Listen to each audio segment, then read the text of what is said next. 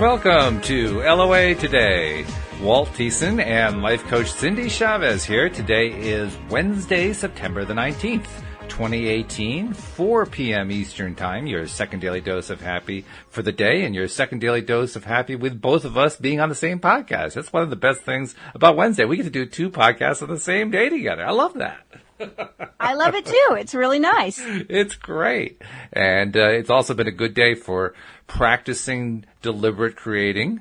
I've had plenty of opportunities to decide when I'm going to be deliberate creating and when I'm going to avoid deliberately creating because I don't want to deliberately create that thing over there. Oh, yes, yes. Yeah, well, that's the whole importance of deliberate, right? That's right, exactly. Being deliberate means to deliberate, to think about it first, to say, no, I'm not going to do that one.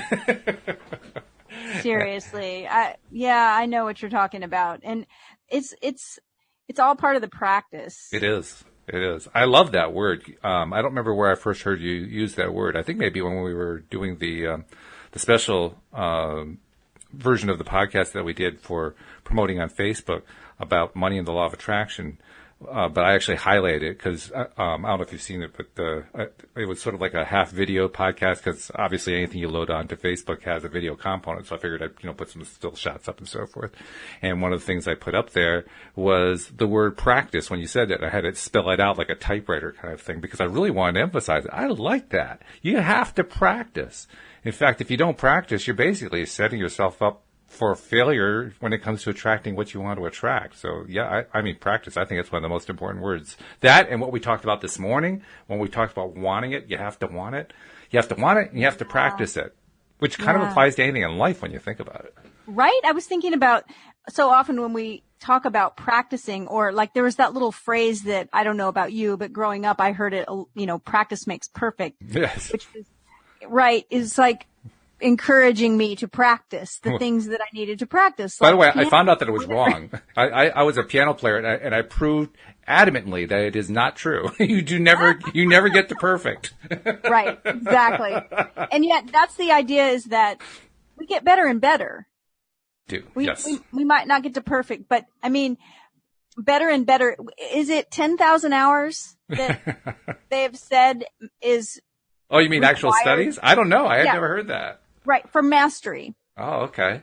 Like that is the thing that comes up in common with people that have really they have mastery over a musical instrument or over whatever it is. And it's the 10,000 hours. Like they have put in the time. Mm. And I get the sense sometimes that so many of us, we get very excited when we find out about the law of attraction.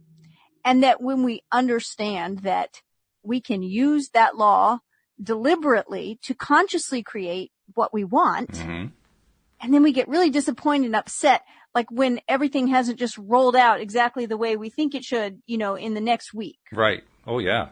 And there isn't one of us that would ever go buy a piano or a guitar or a bunch of art supplies and expect that we were going to be a Picasso or, a Yo-Yo Ma in a week. Well, there probably are some, but I get your point. Yes, most of us won't go that far. I believe there are prodigies and sure. people who are genius at something. But I'm just saying it's like anything else is that the more time we put in and the more we practice and the more we experience and the more times we fall down and get back up. Mm-hmm. Oh, yeah. The easier it gets and the better we get at it. But if we really want it, like you said, if we really want it, we'll keep going. Mm-hmm. Yeah. I'm reminded of an HBO special that was on many years ago featuring, it was basically a biopic on the basketball rivalry between Larry Bird and Magic Johnson when they were both NBA players, and going back to their days in college because they also played in college in the national championship in a very, very famous game. And one of the most fascinating parts of that interview was hearing each one talk about the other in terms of what it was like when they were rivals in the NBA. And Larry at one point says, I would only put in 250 practice shots, and I would say, oh, darn, he probably put in 500 today. Oh. I was wondering if you were going to say that they each looked at the other one as that, like, they're probably working harder than I am. Or, Oh, yeah. Yeah, exactly. In fact, they both admitted that they regularly checked the box score to see what the other one had done each day. Oh, because all of that was, like, tracked? Oh, yeah. Well, because, box scores include, like, how many points you scored and how many assists you had and so forth. And those are, like, the measures that are generally considered to count when it comes to figuring who's doing well in basketball. Oh, the stats from actual games you're talking about. Right, exactly, yeah. Okay. Yeah. So even when they weren't playing with each other, they were keeping track of, like, It was crazy. I mean, and they followed each other's careers, and they're always like, okay, what can I do to outdo him? And and if one won the MVP, the other one said, oh, well, I should have gotten the MVP, even though he just won the national championship. It's just ongoing. But those are two guys who were just driven. I mean, they were just, talk about being motivated, talk about really wanting it. Those guys wanted it. Oh. Yeah. Well, an interesting thing there when we're talking about how much we want something is something that we don't often hear maybe as much outside of LOA savvy circles, but within LOA circles, we hear about inspiration a lot. I mean, it's not like we never hear about it, but like you just use the word motivated. Like they were motivated. They were. Right? And I imagine that they were inspired, and they were probably inspired by each other. Yes. Oh, yes. As well as motivated. I think they actually used that word, to be honest. If I remember correctly, they did use that word in the interview. Because I think of things that I've wanted to do. Like, I am a visual artist, and I haven't had a studio for a while, and I'm really, really wanting to get back into the studio and make art. Nice. And the one thing that will always really fire me up to make art is to go to a museum and see art. Interesting. Seeing work that masters have done, seeing really beautiful creations. That's how I know that I really love to show, is because the first thing I want to do is, oh my goodness, I just want to get back in the studio because I become so inspired by what I'm seeing. And so I imagine that's the same with anything. With a musician, you hear a piece that inspires you because, oh, if I could just play like that, really makes me want to get down and practice so that I'm better. I mean, I imagine they were inspired by watching other players and by watching each other. Yeah. So inspiration is really something important. And I feel like when we're inspired, that leads us to practice, where practice isn't a drudgery. Like, I think of kids that don't want to practice, their piano or whatever it is. I don't want to practice. But when you're inspired, you want to. For me, one of my inspirations that I think about when we're doing this podcast is Larry King, the famous American television interviewer, who I think is like the best TV interviewer of all time. I mean, he is a master when it comes to getting the story out of whoever it is he's interviewing on his show.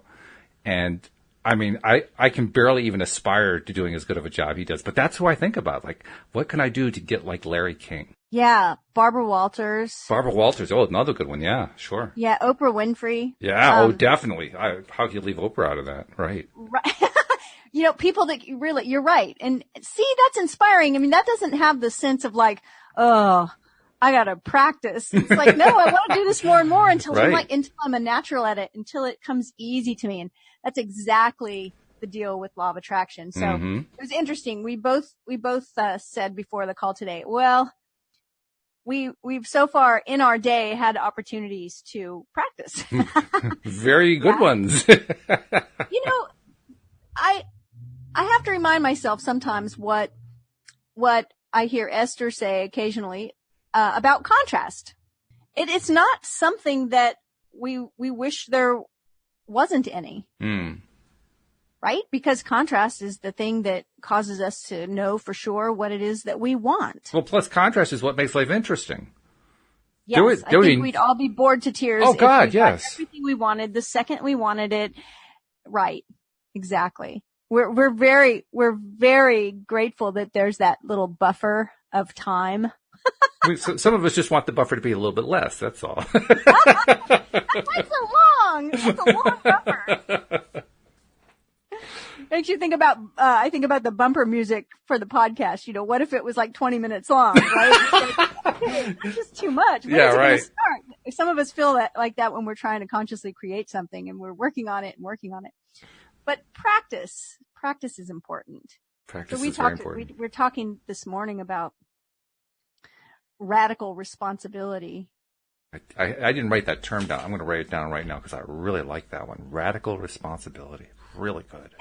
And I think about, you know, I have all these, and they come to me sometimes when we're speaking together on the podcast. It'll pop into my mind. Yeah, that's something that I remind myself about because it's useful to me personally as a conscious creator.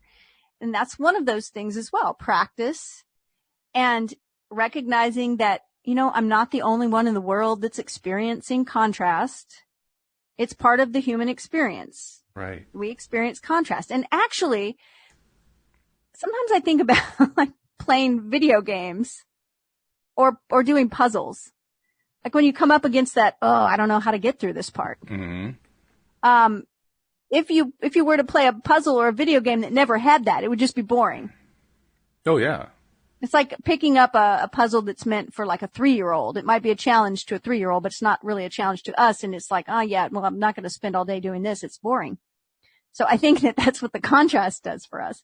And then the radical responsibility part, recognizing that we are the only one responsible for our own experiences. Mm. You can't be a victim and a conscious creator at the same time. That is true. Well, I mean, unless you're trying to consciously create a victim experience. But that's not Well, I right. suppose you could, yes, now that you mention it, but that would be pretty strange, I would have to say. Well, I think we create victim experiences all the time. But not consciously. But not consciously. No. I like wake up one morning and say, I want to be a victim when I grow up. I'm going to do my best at staying in this victim energy all day. Although, you know, I have heard a time or two someone talk about, and they had a word for it. Now I can't remember what it was. I want to say, I don't think this was it, but I want to say like wallowing in it. But they talked about when you are feeling that victim energy, kind of down in the dumps, you're feeling like everything's against you, to let yourself go there in a big way. Mm-hmm. Like, go ahead and allow it instead of resisting it. Because what they were saying was, you know, go ahead, give it permission to just swallow you up for a while, and then it will go on its way because you haven't resisted it. Now, I'm not saying I've tried that, really. I'm not sure. I should try it the next time. I can't imagine you trying it, actually, but who knows? I can't remember who said it, but they were actually saying, go ahead, throw yourself a pity party. Like, stay in your pajamas for half the day. Like, decide you're not going to, you know, do anything worthwhile. Just wallow in it. And then it just moves on its way. Thought, okay. Well, you mentioned something else, too. You mentioned that we wouldn't want to keep playing a game that never had any little resistances in it because we'd be bored. And interestingly enough, I came close to having a game like that. There's a game that has been available on PCs for a long time called Free Cell. It's like an online card game you can play. And I got really good at it. I mean, Cindie, I got so good at it, I could win every time if I really focused. I could get every single time to get to play the game out. I had to focus. I had to, you know, mentally play out in my head where it was all going to go. And when I did that, I could always find the route and then play it out. And interestingly enough, what happened over time is despite the fact that there was some challenge, because I had to go through and figure it all out each time, like you said, after doing it for, I think I played like 10,000 games, I finally ran out of interest. It just wasn't fun anymore. You mastered it. I completely mastered it. Yeah, 10,000, that's right. Yeah, I didn't even make the connection until you said that. But yes. That's about what it was. It was about 10,000 games. You mastered it and were ready to move on to mastery of something else. Yeah, I just wasn't interested anymore. That in itself, I mean, I like that story. Yeah. Because I'm guessing when you started, it was challenging. It was. When I first started, I could only win about 1 out of every 2. But within a fairly short period of time, I got a sense of how the thing worked. And it didn't take long. I mean, I think I kind of mastered that ability to win it every time within like a month, something like that. Maybe even a couple of weeks. It was pretty quick. I was kind of surprised that it was that easy to beat, actually. So what do you feel like, was it just addictive? You know, was it fun and you just, or were you, well, actually it was therapeutic. Something about it motivating or inspiring to you, or what, Because 10,000 games. Yeah. What led you to do that? Why did I keep doing it? Yeah, it's because it was therapeutic. It was because I was going through a period of time where I still had really started to scratch the surface of how the law of attraction worked, and I didn't really get the whole thing yet. And I was feeling very frustrated about it. I was feeling frustrated about my life. I had a lot of frustrations, and I needed to get away at times. That was my way to get away. It wasn't quite mindless because I could be engaged to figure out what the pattern was, to figure out how to play out the game. But because I could win every time, it was like giving myself a little dose of win. I could feel a win, feel a win, feel a win, feel a win. And I was hoping that over time what that would do is make me feel like I was a big, big winner. What it actually did was make me think that I was good at pre-sale. Well, so if you applied, and I know you have, not saying you haven't, I just mean, imagine if any of us applied, that kind of perseverance or habit, right? It's just creating a habit for some of our law of attraction ideas, or some of the things that we know that would make our life better in some way. Like we talk often on this podcast about consistent action, small consistent action, small steps, one day at a time. Yeah. Do it again and then do it again. And in the way that meditation is, bring your mind back to your breath, bring it back when it wanders, bring it back. Small moves. And I think of, what about the things that we absolutely know? LOA tools that we know and maybe don't use all that much.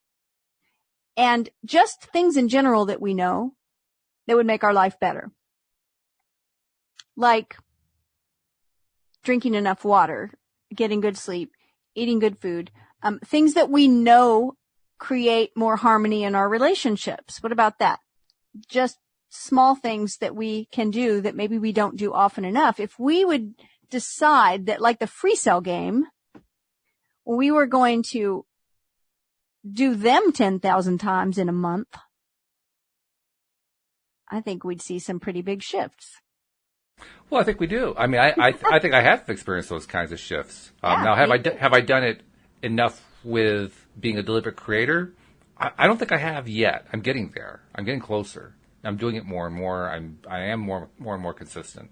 But you mentioned drinking plenty of water. I actually went through a whole period of about, 3 or 4 years where I was almost drinking excessive amounts of water. I mean, I was so well hydrated, I sloshed down the street when I walked.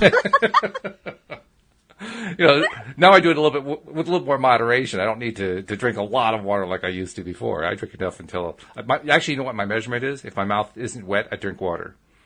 Because my normal state for my mouth is to be wet.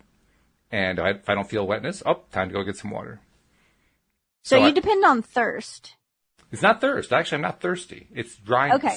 Dryness. How dry does the mouth? If the mouth feels any degree of dryness, get some water.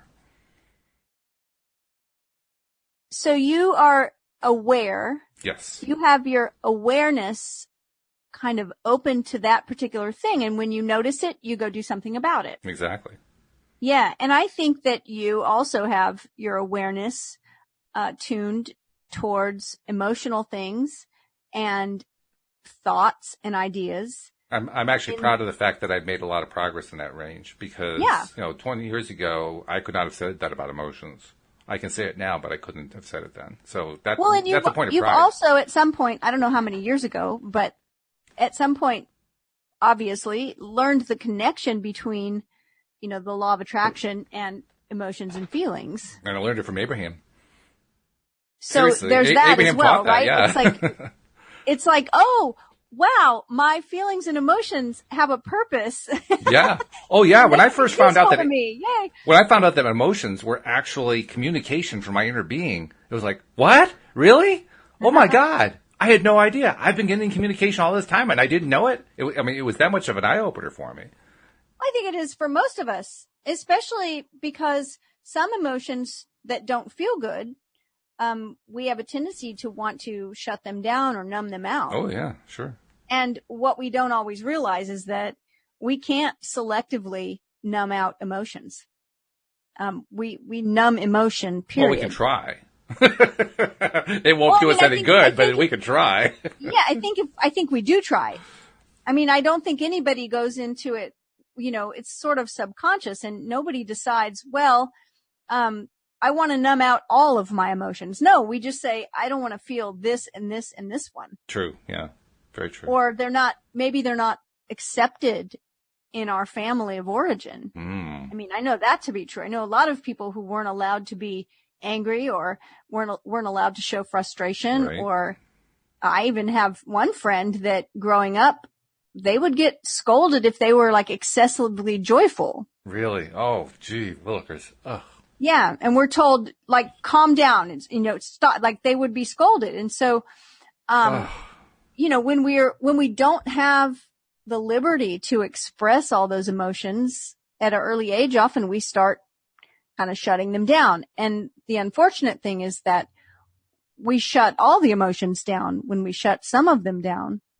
And so I think, anyway, it sounds right to me that we may go through part of our life thinking that being emotional is bad. I mean, we do hear that, right? Oh, she's just emotional. Yeah, like emotions are horrible. Like there's something wrong with her, right? Yeah. I say she because generally we hear that about women. If we hear it said about a man, then it's usually also a feminization. Oh, yeah. So it's right. So we've got all of that. So it's no wonder that we don't just go emotions. I don't want to have anything to do with them. And then at some point we listen to Abraham. Yeah, we listen to Abraham, right? And right, it's like, hey, guess what? The good news is your thoughts create things and you can create whatever you want and you can make your life whatever you want it to be. And we go, yay! And then the bad news is the bad news. You're going to have to pay attention to your emotions. Oh, no. But seriously, I mean, I can see that. I can see that in not just my own life. I can see it in other people's lives that I know.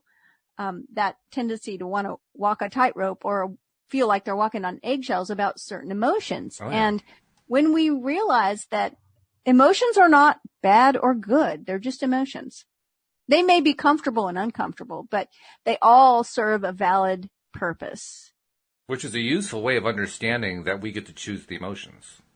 Because once they no longer have an objective valuation attached to them, because all valuations are subjective anyway, and because it doesn't help us really to put an objective valuation on stuff like that, once we recognize that, then it's a lot easier to take responsibility to basically say, you know what, I get to decide how I'm going to react to this. Yeah. I get to decide and what you're right. my response You're right. is going to be. If we take away the judgment of, good or bad, and just they are what they are, their emotions, and we make the conscious decision that we're going to look at emotions in a way that's not so judgmental. Well, even if it is judgmental, I mean, literally today, I don't want to go into what the particular event was, but there was an event today where I got really upset with something. A situation actually was with a person. I got upset with what this person was saying. And it usually takes me a lot to get upset, but I did in this case. And from where I was sitting, I felt I was very justified in getting upset. But even in the middle of my upset, because of what I've learned from Abraham, I recognized that I was at that point in time choosing to be upset. Now, did it feel like I had chosen it? No, I felt like I'm just upset and I'm expressing my upset and I'm really just very upset right now, very angry. So it didn't feel like I'd really chosen it. But once I recognized that I had chosen it on some level, boy, was it easy to get through it quickly. I didn't hang on to it. I was actually over it in about 2 minutes. And it was done. And what I mean when I talk about judgment, I don't mean that we're using our judgment and deciding which is which, right? Mm-hmm. And understanding, what am I feeling? Oh, this is anger. I mean the judging of, oh, this is bad. Yeah. Oh, yeah. Right.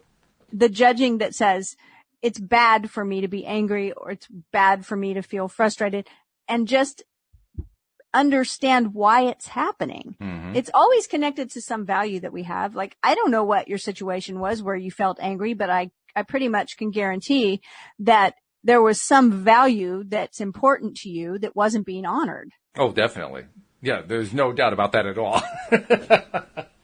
So when we understand what our values are, and we also understand that not everyone else has the same values that we have, it doesn't make our values better. It just makes our values right for us. And they may seem really logical why we value certain things. But if we respect, our own value judgments and recognize that, oh, this is why this is so uncomfortable for me. I have a really strong value around whatever it is. And I get to choose how I feel about this situation and this conversation or this whatever circumstance. Then, yeah, it's a little bit easier to let go of the charge around it. Exactly. Yeah, because when you can let go, then that's when you really do get control. That's when you do get the ability to choose. I mean, once I was able to just, let go of that initial charge of frustration, it was really easier for me to choose what I really wanted to choose, which was I'm just going to relax about it. It really isn't a reflection on me anyway. Right. Even the energy with which you said that felt so much more relaxed. Right? Oh, very. Yeah. And that's that's what it felt when I actually said it to myself too. It literally felt that relaxed. Yeah. So I would like to do something. I know we usually kind of do a few announcements. Yeah. And I want to add an announcement, but you got to help me with this. Okay. Well, you go first and I'll fill in the gaps. How about that? Okay. So what I was thinking about was that we've been making the announcement that we'd love to have our listeners who listen live call in. And I still would love to have that. If you're listening live and you want to chime in or just say hello, we'd love to have you call in. Oh, it's to so the much show. fun when that happens. It's so much fun. The other side of that, though, is recognizing that, number one, not everyone listens live. I mean, it is a podcast. This is true. Right? This is true. So it's personal on demand. You get to listen on demand when it's right for you. So exactly. I get that. And so you might not be listening live. And I know we also have people all around the globe. So there are many people that they're listening while we're not even awake. And so since might not be listening live, and also that you might just not want to be speaking up on the air. Yeah, sure. I would love it if you have any questions concerning law of attraction or concerning your specific circumstance, especially for me, especially in the area of relationship, because that's one of my areas of expertise, but law of attraction, anything. And if you want to remain anonymous, you can ask us not to use your name. And we won't. Or decide a name that you'd rather be called. Yep. And just send your question and we'll address it on the air. I would love to do that. And I just wanted to make that offer because I feel like sometimes when I listen to people that are knowledgeable about something, sometimes I wish I could ask them a question. Yeah. Right? Or it doesn't even have to be a question. It could also be a comment. I mean, you hear something and it makes you think of something you want to share, yes. Send a note about the thing you wanted to share. If you can remember what the context was, that makes it easier for us to tie into it. But either way, send a comment. I mean, we love to share comments. So I believe there's an easy way that people listening can do that on the website, yes? Yes, there is a contact form on the website. It's just one of those little simple forms where you fill in name, email, and what your message is. And we'll keep all that confidential if you want us to. And, it's real simple. You can also, contact and reach out to us via the social media, the major social media. I haven't actually checked Twitter today. I should probably do that, but I was checking Facebook. I didn't see anything on Facebook. So either one of those are good places to, reach out to us. In fact, while we're talking, I'll just go to Twitter and make sure there's nothing there waiting for us. But, I mean, social media is also a good way to do it. But if you want to be most direct about it, definitely use the form or just send an email. I mean, my email address for the show is very simply walt@loatoday.net. You can just send an email there and I'll get that. That would be great. Yeah. That makes it real simple. And now for our regularly scheduled announcements. Yes, we have regularly scheduled announcements too. And we love these as well because they directly relate to our listeners. First and foremost, if this is something you've only been listening to a little bit and you haven't become a subscriber, what are you waiting for? Come on, join the fun. We'd love to have you be a subscriber because when you're a subscriber, well, first of all, you get all of the episodes of every single episode that we do 11 of them a week. You get them all coming right to your smartphone, which is really cool. But the second thing is, when you're a subscriber, you never miss out on anything. You can actually do binge listening. I had never even heard of binge listening until we started doing the podcast. But there are people who binge listen. I guess it's kind of like when, there's like a favorite TV show and you watch, they're doing a whole series of 5 years worth of that TV show in one weekend or something like that. I guess that would be kind of the equivalent of it. But we have binge listeners, and I'm so proud of that. I like it too. I think it's fabulous. Now, the other thing that we want to remind people of, and this is particularly for our existing subscribers, especially the ones who've listened for quite some time, but really for all of our existing subscribers, we're constantly trying to reach out to more and more people who have not yet heard about LOA Today. And so we've been running a campaign for the last couple of months asking people who are our listeners to just post something on their favorite social media channels about loatoday.net so that other people find out about it. And people have been doing it. Our listeners have been putting the word out. And I'm just hoping that not only they continue, but more who haven't done it yet do it, because it's really paying off. We are getting big boosts in listenership, and I want to keep growing that. So if you've been putting out messages, thank you. And please keep putting them out there. Just little tidbits, little tweets or Facebook posts that say, I was listening to loatoday.net, whatever. Because just putting it out there, it's like, it's using the law of attraction. It's putting out there that you want other people to get their daily dose of happy too. And when you do, they will. That's the cool part, Cindy. They will get it. The law of attraction will deliver it to them. Isn't that great? Yeah. I mean, it's fabulous. Just you doing this is a great thing to remember when you want to attract anything, and that is let people know. Yes. One of my favorite stories in the book that we put together was Anne Marie, one of our co-hosts' stories about a piano that they wanted to attract. Yes. And what I loved about it so much might actually not seem like the sort of magical part, right? Because it was so practical. Mm-hmm. It was. But it's that she told everyone. Yes. Yes. And when people would come, when visiting piano players would come to play the piano they had, which wasn't in good repair, she would mention it to the audience. Right. What I really want is that the next time they come, they're playing a gorgeous, beautiful piano that's in great tune and whatever she wanted. She named it. She called it out and she told everyone and she talked about it all the time. And I think that that's really important. So whenever you are doing the announcements, or I'm doing the announcements about, visiting the website, and please, post on social media, something about loatoday.net, and become a subscriber. I'm always reminded that this is how it works. We have to put it out there, what it is that we're looking for. Mm-hmm. Mm-hmm. Absolutely. We have much greater success. I ask clients this when they come to me because they want help with some coaching, because they want to attract a relationship. I often ask them, how many people know? Mm. How many of your neighbors, your coworkers, your family members, your friends, people in your circle, how many of them know that you are desiring to have a relationship?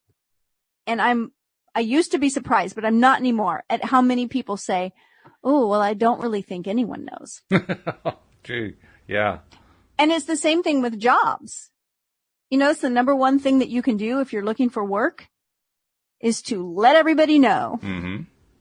And a lot of people don't, because they're embarrassed maybe that they don't have a job, sure. or, they don't want to talk about it. And it's the same thing with relationship. Yep. People feel, they feel self-conscious because they're single and they don't have a relationship. And yet to really get the party started, to really get things moving, we got to put it out there and let people know what it is that we're looking for. This is true. Yeah. In fact, I wouldn't be married if Louise hadn't done that. That's exactly what Louise did. The full story is that we met in the spring of 1998. Excuse me. In November of 1997, her cat of 16 years, Shadow, died.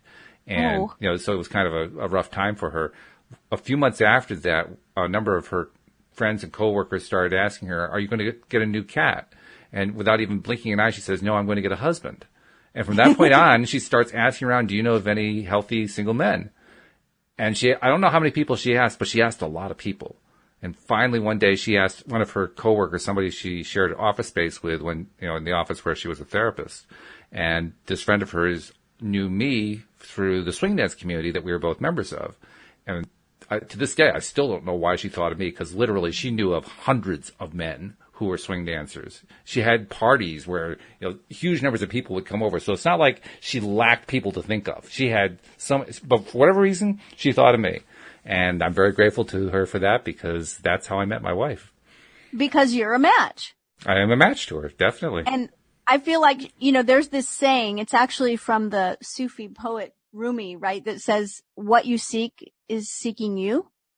Okay. And I think that's why. Yeah, I think so. Because you were a match. That's why she thought of you. Even though she knew so many other people that would just fit the basic description, a healthy single man.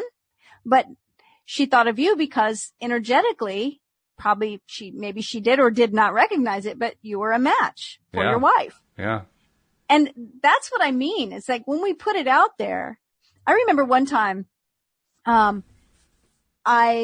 my printer had broken, and someone had called me somehow for something, and then found out that that I did some editing and some proofreading. And I don't even know how they knew this or what conversation we had, but they told someone else to give me a call. The person said, look, I'm putting together this.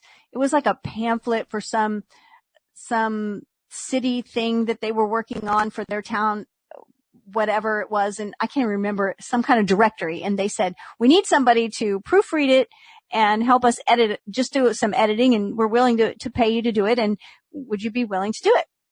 And I was going to need a printer, and my printer had broken, and I didn't have the money at the time for a new printer. And I was kind of embarrassed to say, I don't have a printer. Oh, yeah. Because they needed a printer and a fax, right? And I didn't have either one. Mm-hmm. And I was I didn't really want to say, but I knew how this stuff, I was learning how this stuff worked. Mm-hmm. And I said, well, you know what? I don't have a printer and I don't have a fax. It's broken and I don't have a way to get a new one. And 30 minutes later, somebody that knew this person, they had talked and they called me and they said, hey, we have a printer and a fax that we don't use anymore, and it's only like 2 years old, and can we bring it to you? Oh my goodness. Wow. And what's funny is that when I think back to that period of my life, there was like a 6-month period of time where things like that felt like they were happening every single day. It was like, if I just spoke the word about it, someone showed up with it, but I realized that I was talking about what I wanted and what I needed. So I think it came back. Wonderful habit to develop. You got exactly what you were talking about. I mean, I'm not even sure if you even put it out as a request, but the universe certainly interpreted it as a request. Yeah.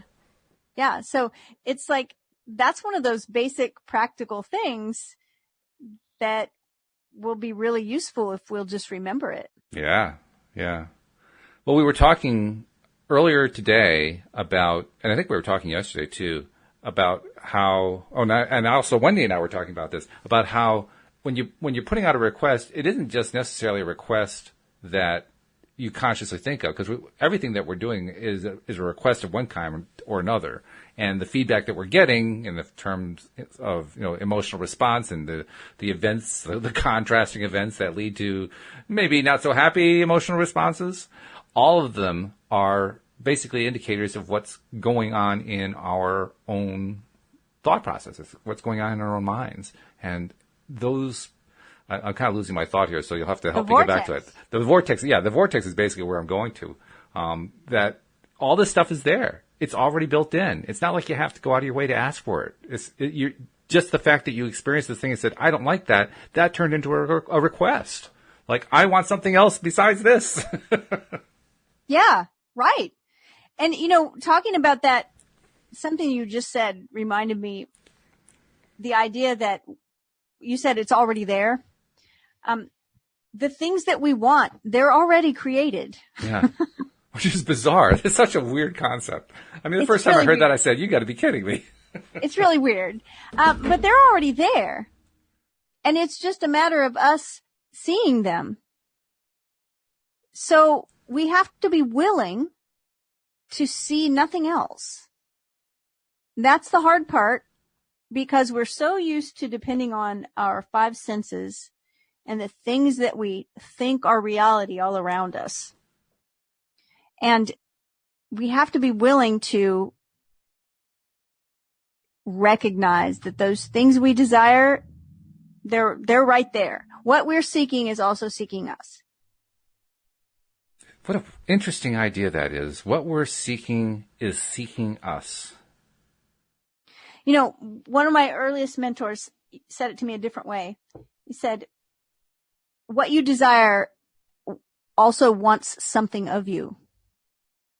Wow. The thing you want wants something of you. And the reason why I think that's such an interesting way to put it is because all of our experiences are directly connected to our identity and our sense of self. Okay. So if we see ourself as a certain thing, all of our experiences will line up with that, right? So as far as the thing I want also wants something of me, I often trying to think of a good example of that. Maybe somebody wants to write a bestseller. Okay. And what they think, though, consciously or not, but some idea that they have is, oh, well, if you're a best-selling author, then that means that you're on tour, going to book signings all over the place, like 24/7 for most of the year. Now, I say that not because it's true.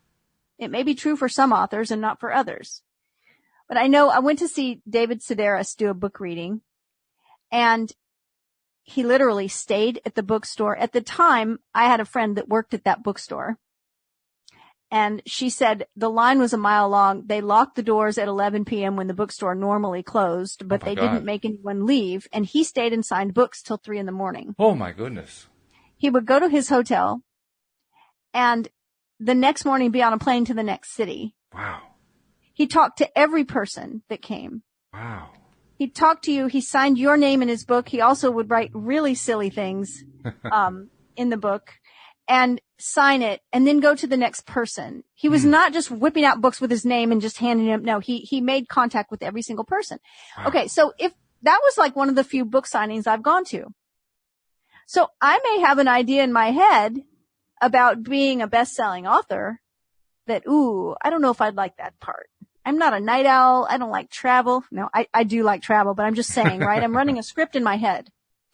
And so if that's not the identity that I'm wanting, yeah, I may, even though I say I want to be a best-selling author, I may do things that actually are not leading to me being successful in that area, because the payoff is if I don't become a best-selling author, I don't have to do that. It kind of reminds me of the question you asked earlier this morning. I don't remember the exact question, but the gist of it was, do you really want to be a best-selling author? Right. So here's where I'm going with it, is that what I want to be a best-selling author, it wants something of me. Yeah. Namely, my identity is going to be that, and it's going to involve the things I think are necessary.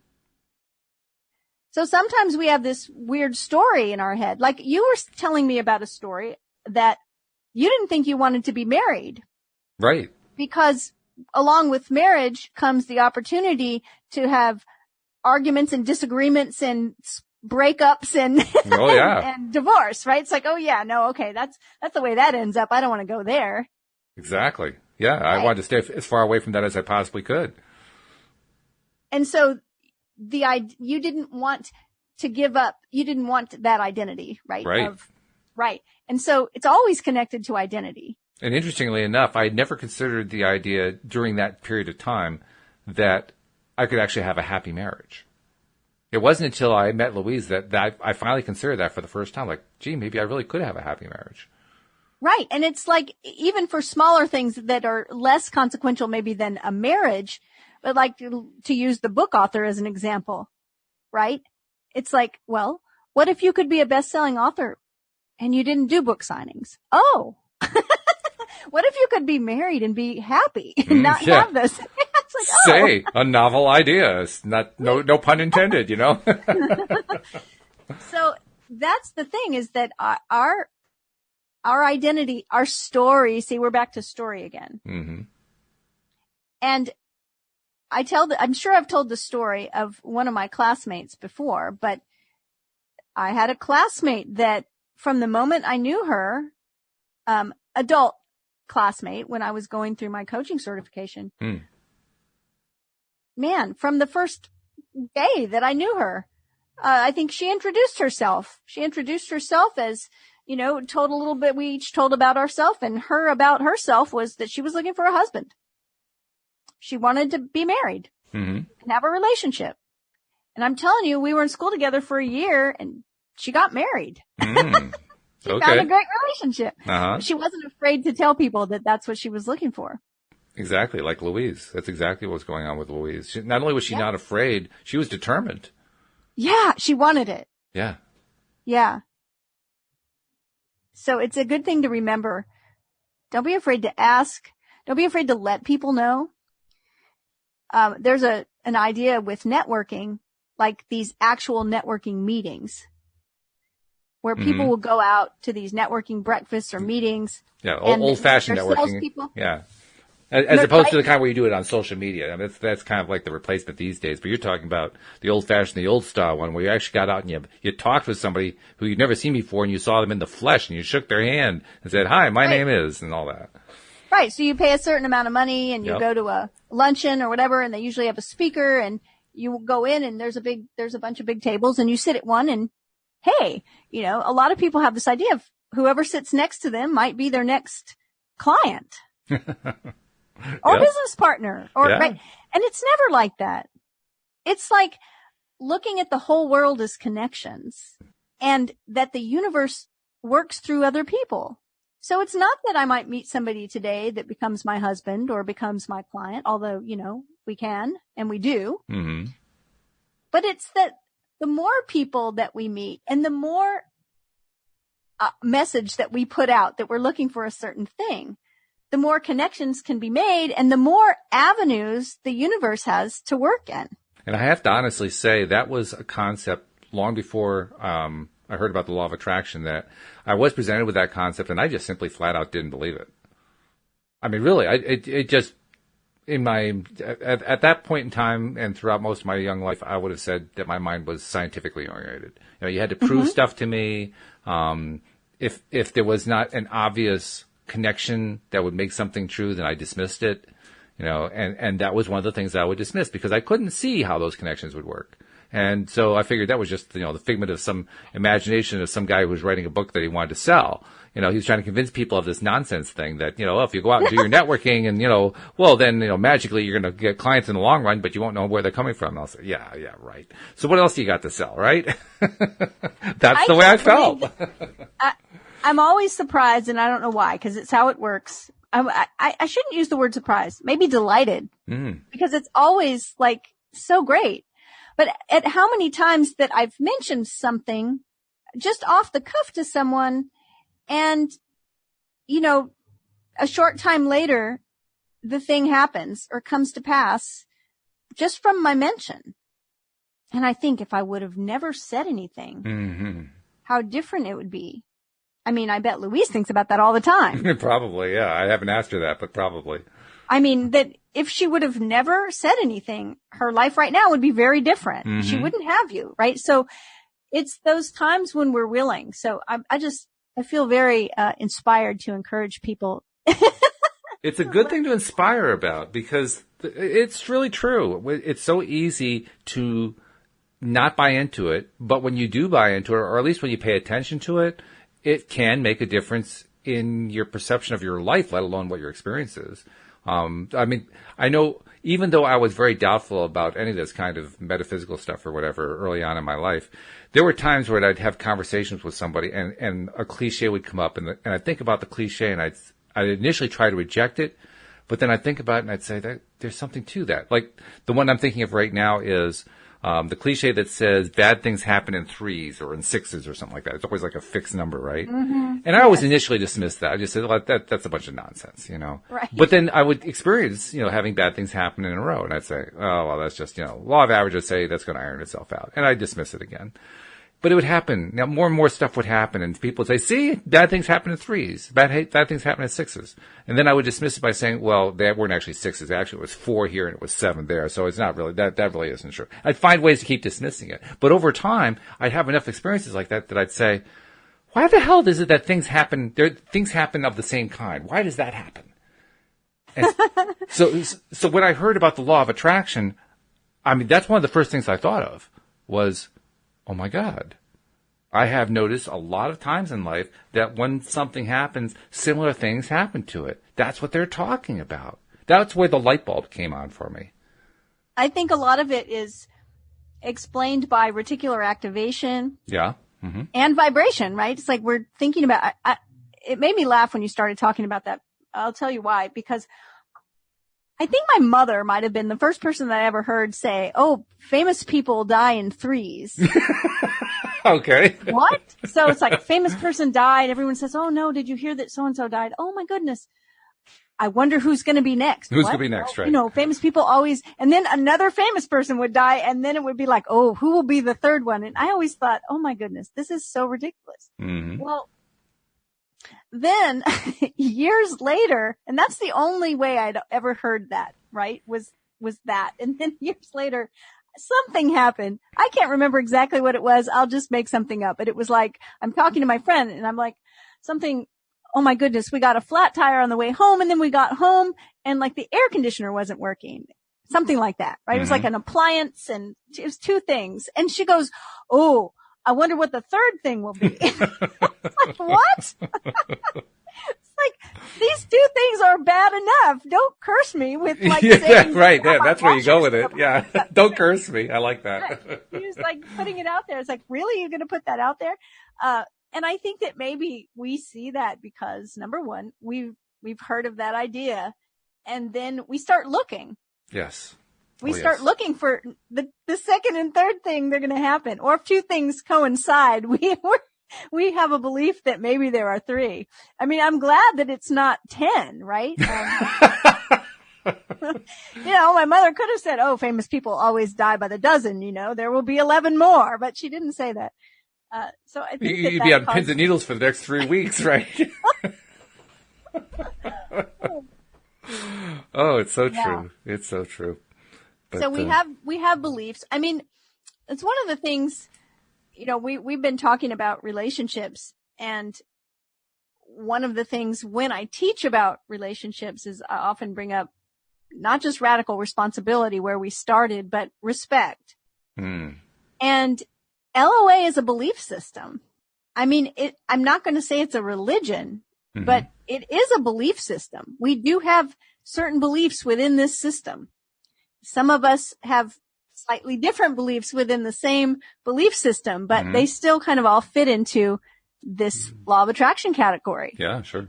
And not everyone else has this belief system. Right.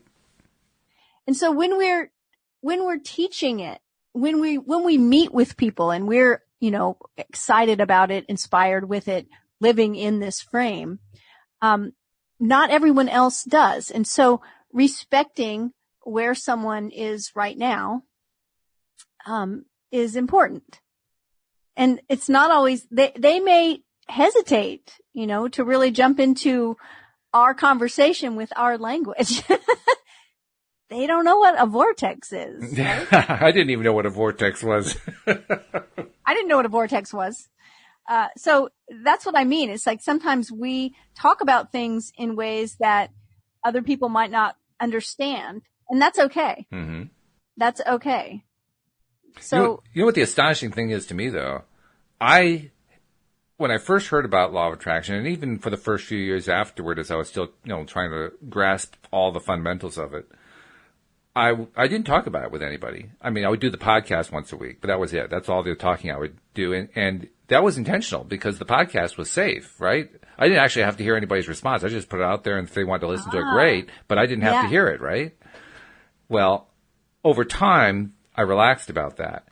And the big surprise for me was on those occasions where I started to kind of, let my hair down and let people know I was interested in this stuff, I didn't get any pushback. I mean, I thought I was going to get a ton of pushback. I didn't get any at all. Usually it's respectful silence, anywhere from there to interest to, oh yeah, I've heard about that, or oh yeah, I've read about that, or whatever. I'm like, oh my God, I can't believe how receptive people are in just, I'll meet somebody for the first time, or maybe it's an old friend from years ago or whatever.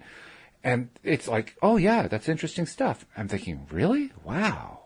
I really did believe I was going to get a whole bunch of skeptics, and I didn't get them.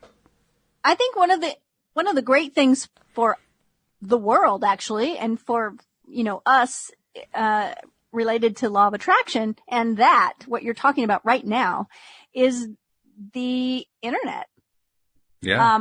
The internet has allowed us to facilitate knowledge and a wealth of different ideas so quickly and so widely.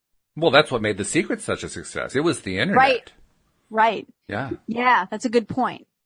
So that's, more people know about it, and more people know other people that are comfortable with it and that believe it and act on it. And so it becomes something that's not so weird.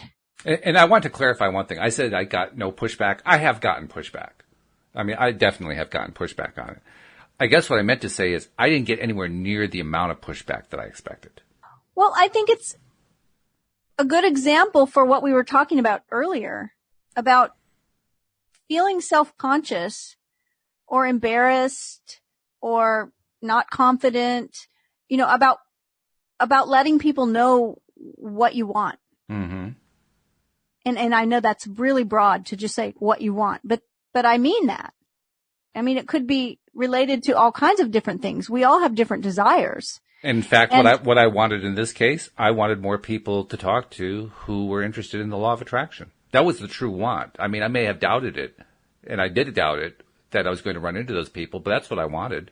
And so you might have doubted it, but you took a big step to put it out there in a big way. Maybe it was just you at first and you didn't have to deal with, the expectation of, I might have to hear what someone else has to say, but look where it led you. Oh, yeah. Yeah, it led in big ways. And in fact, I was the one who kept opening the door, for sure, because it really started. I mean, we started with Louise and I doing it together. We did a couple of them together. My brother and sister-in-law came in for a couple, and then they kind of lost interest, and I started doing some interviews because I wanted to keep going with it. I was enjoying it. And it was that interview process that was the beginning of my desensitization to being worried about the pushback. Because if you talk to enough people who are into the same thing, you don't worry about that so much anymore. Right. And so it's such a great example for all of us that have different desires and may feel a little, I don't know, squeamish, uncomfortable, scared, self-conscious about letting other people in our life know what it is that we want. Absolutely. Because look where you are now. I mean, you reached out to a whole bunch of us saying, are you interested? Mm-hmm. Yeah. And that's definitely letting people know what you want. You wanted to create a podcast where you had other co-hosts, where you specifically had law of attraction coaches, and now you do. I know. And that was a bit of a surprise, actually. I wasn't really sure I could get a whole bunch of law of attraction coaches. But here's the thing, is that you could have just, and I'm a meditator and I believe in it. And right. I believe that it causes results and that it facilitates magic.